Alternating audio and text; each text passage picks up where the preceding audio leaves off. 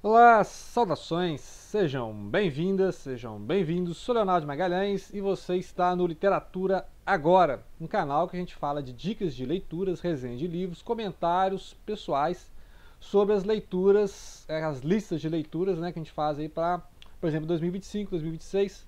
E dicas hoje de leitura é referente à literatura sul-americana, né? Então, pessoal, os hermanos, pessoal que escreve aí em espanhol aqui na América Latina. Então vamos tirar hoje um pouco a literatura brasileira e vamos falar de prosa e poesia sul-americana, até latino-americana, porque depois posso até dar duas dicas de mexicanos, né? Os americanos, autores que se destacaram no México, por exemplo, né? Que aí já é lá para pé dos States, né? Então vamos começar hoje com o Jorge Luiz Borges. Jorge Luiz Borges, destacando aqui o Ficções, mas também poderia estar o Aleph, né? O Aleph é outro livro de contos do Borges, que é o escritor Buenos Aires, né? Argentina, e ele vai contar muito assim a literatura que lembra que você está lendo literatura. Né? Então é um clássico, o Borges, inclusive a inspiração aí para o Umberto Eco, para o Ítalo Calvino, né? Que são os escritores italianos aí da modernidade e pós-modernidade. O Borges, ele é um livro, ele é o seguinte, ele faz pegadinha com o leitor, porque muitas vezes ele fala de livro que nem existe, ele inventa enciclopédias que nem existe, e ao mesmo tempo ele fala sempre sobre leitura, né? Então ele fala sobre outros autores, comenta outros livros, ou então inventa outros livros para comentar, né? Se não tem um livro, ele inventa. O Borges, que é assim, fala da enciclopédia mundial e fala das bibliotecas, né? O universo é a imensa biblioteca. No Aleph tem aquele conto fantástico em que ele vê num ponto no universo, né, todo o universo. Então, o Aleph, que é a primeira letra do alfabeto hebraico, né, que seria o alfa em grego, nessa letra, que existe num porão lá em Buenos Aires, ele consegue olhar aquele ponto e ver todas as dimensões, todos os tempos, todos os espaços, tudo ao mesmo tempo. Né? Então, assim, é uma viagem completa. Então, a obra do Borges é sempre isso: é alguém comentando o livro, alguém falando sobre livros, é alguém comentando esse fenômeno que é a leitura, né? Você entrar no universo do livro, os universos paralelos e um monte de realismo mágico também, né? Então, o Borges é um dos primeiros aí, realismo mágico, e depois vai inspirar lá o Garcia Marques, que também está nessa lista aqui, né? Essas obras que tem assim, quebra essa fronteira entre a realidade e a fantasia, né? Porque tem aqueles livros que é plena fantasia, né? O Narnia, lá o Senhor dos Anéis, é plena fantasia, você sabe que ele não existe. E o realismo mágico não. O realismo mágico é uma coisa assim que acontece no mundo real, podemos dizer, né? É uma coisa mágica, fantástica, fábula que irrompe no seu mundo cotidiano. Então começa a obra completamente cotidiana, o cidadão comum, né? O José Saramago também tem isso, né? De colocar essas coisas assim estranhas que acontecem no mundo real. Então ele rompe essa fronteira, né? Do que é real, né? Do realismo, do que é fantástico, né? Então se insere dentro da literatura fantástico, né? Então, tanto os ficciones quanto o Aleph, né, são essas dicas aí para começar a ler. E tem o livro de Areia também, né? Outro livro também ele conta, tem livro que ele conta só dos seres mitológicos, né? Então tem muita coisa do Borges e é bom assim para você testar a sua erudição, né? Então ele é um autor que vai falar de vários outros autores, né? Então fiquei a dica, Jorge Luiz Borges. Indo para a poesia, vamos falar do Pablo Neruda, poesia lá do Chile. Lembrar que no Chile tem outra grande poeta que é a Gabriela Mistral, né? Gabriela Mistral, que esqueci o nome do livro dela agora, mas ela também ganhou o Nobel, se eu não me engano. Mas o Pablo Neruda é mais famoso, né? O Pablo Neruda é mais famoso, mais engajado politicamente. E junto com o Pablo Neruda, eu falei de México aqui, mas no México tem o Otávio Paz, né? Você fala de poesia, eu escrevo Otávio Paz, é um crítico literário e poeta, né, lá do México, né? Então, assim, eu acho interessante ele colocar nessas dicas de leitura, não só o Pablo Neruda, que é mais próximo, né? O Pablo Neruda tem uma relação muito boa com o Brasil, grandes poetas brasileiros dialogaram com o Pablo Neruda, e essa tradução aqui, se não me engano, é Paulo Mendes Campos. Paulo Mendes Campos traduziu essa obra, tem outros, né? Tem Deliane Zaguri, se não me engano. O Paulo Mendes Campos, que é amigo do Fernando Sabino, do Hélio Pellegrino, né, do Otto Lara Rezende, os quatro cavaleiros do íntimo Apocalipse aqui de Minas Gerais, né? Então vale a tradução aqui. E tem aqui as alturas de Mato Picchu, né, os enigmas, né? Então assim, a obra do Pablo Neruda visa resumir a Sul-América, a América, né, para nós americanos, né? Que nós somos americanos, né? Só que nós somos sul-americanos, né? A gente fala americano, acho que tem o norte-americano, o centro-americano, latino-americano, sul-americano, né? Porque a América é imensa, né? A América vai de um polo a outro, né? Então você vai lá no Canadá, Alasca e desce até a Patagônia, né? Então, de um polo a outro nós temos a América, a Grande América. Então, esse livro, em forma de poesia, visa resumir, né? Inclusive, o próprio Borges parodia, né? Parodia essa ambição do poeta que quer representar todo mundo, toda a poesia, toda a época, toda a geografia, né? Toda a história, que é o conto Aleph tem isso também, né? Essa ironia de a poesia ter essa pretensão de resumir o universo. Interessante que tem na poesia estadunidense o Walt Whitman, né? O Walt Whitman é inspiração para isso aí. O Walt Whitman também é um cara que digressões, né? Longos poemas, sempre falando da América, que no caso é os Estados Unidos, né? Os Estados Unidos da América, e sempre contando história, né? Clássicos lá, a geografia, os povos, né? Vários povos que compõem a América, né? Então, por isso que tem esse link aí do Pablo Neruda com o Walt Whitman, né? Muito bem. Para a prosa experimental tem aqui o Rayuela, que é a obra do Julio Cortázar, outro argentino, né? Argentino que vivia, né? Viajando também, né? Outro que ficava viajando. E foi no Chile, Cuba, né? Foi para Paris, né? Tá. Os autores adoram visitar Paris. O Jogo da Amarelinha é um livro experimental nos anos 60, que vai depois inspirar outros livros experimentais, né? O Lippo, o Jorge Perec, o Leperrec, o Ítalo Calvino, né? Humberto Eco e tal, que é essa obra mais experimental. É um romance que você tem uma leitura linear, né? Com uma série de capítulos, normalmente. São 3 partes, né? Então a primeira parte passa em Paris, a segunda parte na Argentina. E a terceira parte são um monte de pequenos trechos, cartas, diários, pensamentos, divagações, blá blá. E aí você pode ir inserindo, e aí o próprio autor vai te dar a dica, né? Você pode inserir esses trechos ao longo das primeiras partes, né?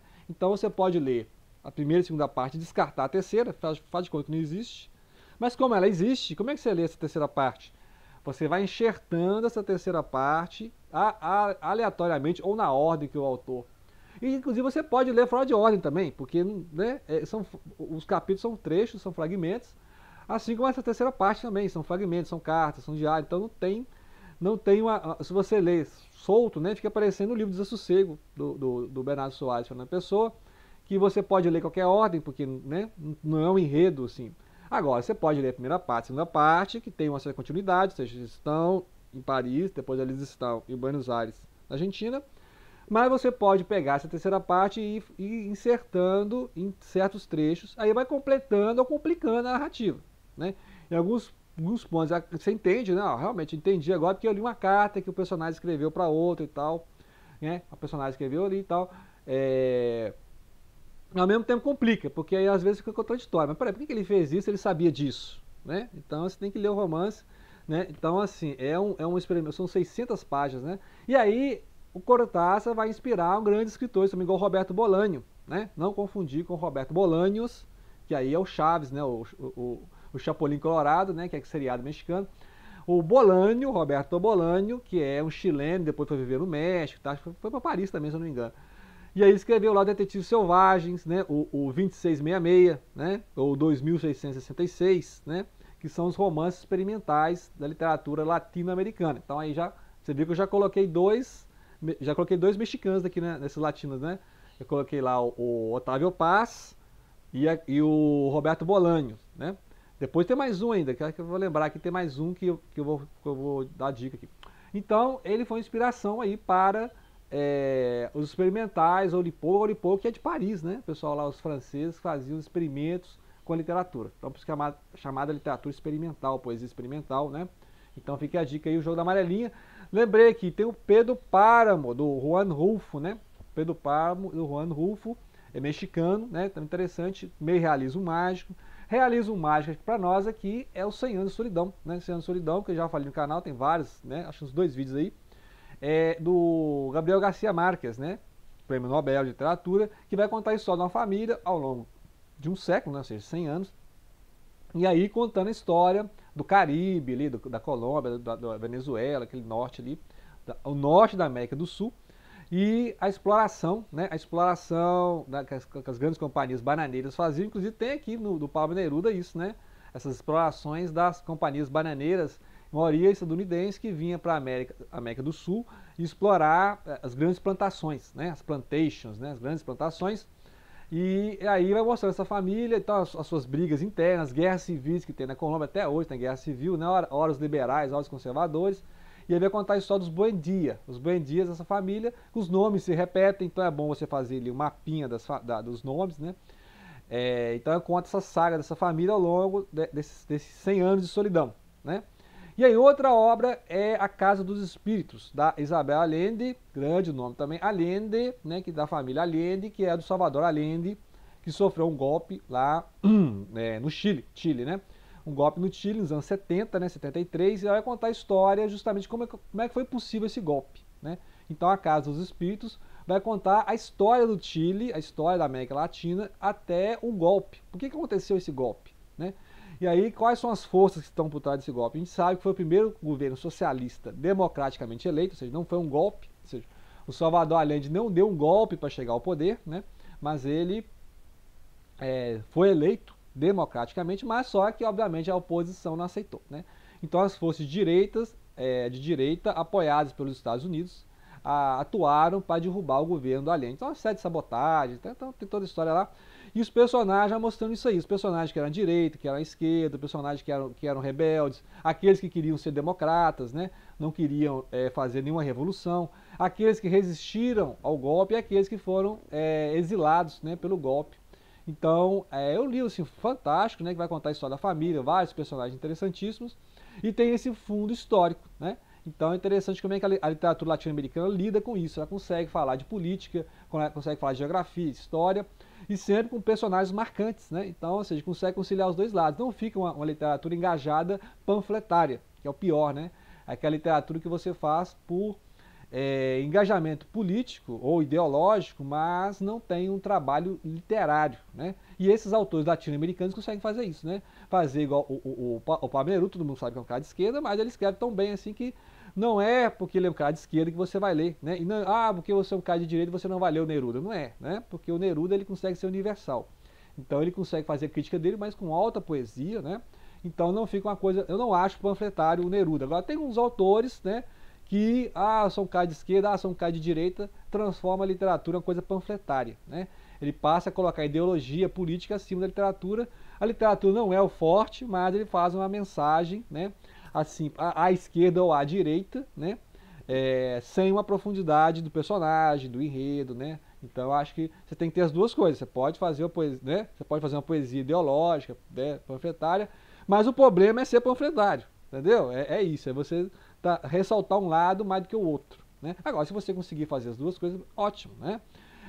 Então essas são as dicas aí de literatura sul-americana, e falando aí, né, enxertei aí três mexicanos, né, porque o Bolanho, né, foi para o México, o Otávio Paz mexicano, e o Juan Rulfo, que é o autor do Pedro Páramo, né, também literatura meio realismo mágico, né, tá faltando aqui no canal, né, tá faltando eu reler aí o Pedro Páramo, vou deixar para próximos livros aí, 2026, reler o Pedro Páramo, inclusive tem até uma série, né, fizeram uma série aí, baseada nesse livro do Juan Rulfo, mexicano, né?